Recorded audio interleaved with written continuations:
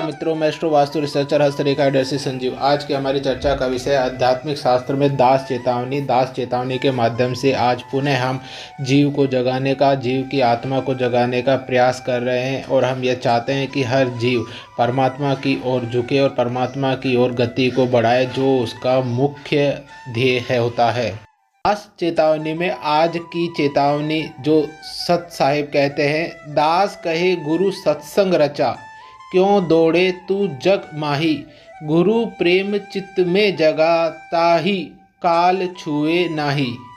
दास इसके हमें शाब्दिक और आध्यात्मिक अर्थ बताते हुए कहते हैं कि दास चेतावनी देते हुए कहते हैं कि चारों तरफ इस जगत में सत्संग चल रहा है।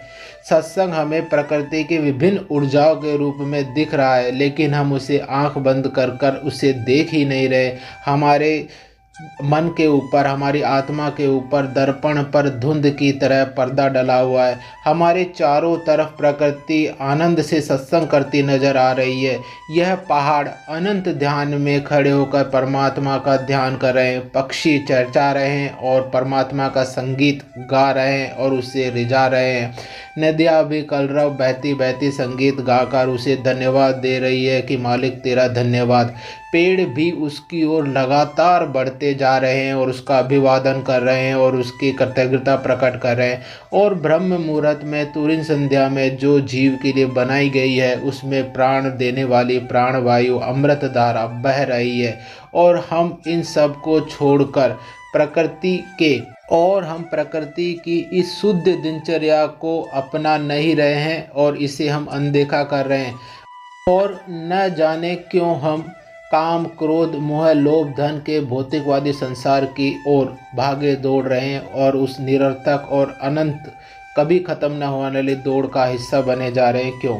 अतः मैं आपसे हाथ जोड़कर निवेदन करता हूँ, गुरु अर्थात प्रकृति अर्थात अवचेतन अर्थात परमात्मा, जो इस जगत में विभिन्न ऊर्जाओं के स्वामी है, उसको भूल कर हम जो दूसरी ओर जा रहे हैं, वहाँ हम अपने आप को रोकें, बल्कि हम अपने भीतर की ओर उसे खोजें। वह भीतर ही विरासता है और हम हमारे भीतर अनंत से साक्षात की यात्रा शुरू करें और उसके प्रति प्रेम जगाएं और बारंबार उसको हमारे जीवन में होने वाले हर कार्य हेतु धन्यवाद प्रस्तुत करें, तथा हमारे भीतर जो श्वास प्रवास की जो गति बह रही है, जो श्वास बह रही है, उस पर हम ध्यान लगाएं, या फिर हम हमारे परमात्मा को शब्द से ध्यान लगाकर जन्म जन्मांतर के चक्र से मुक्त हो जाएं, मेरे प्रियजनों, ताकि काल अर्थात मृत्यु अर्थात भौतिकवादी युग और भौतिकवादी समय आपको छोड़ दे और पुनः इस जन्म चक्र के चक्र में आपको नहीं घसीटे। अतः आप परमात्मा को प्राप्त हुए और आप यह संतों की वाणी को ध्यान देंगे और उसे अपने जीवन में अमल करेंगे। इसलिए आपको बहुत बहुत धन्यवाद। सत साहिब, परमात्मा आप पर कृपा करे। धन्यवाद।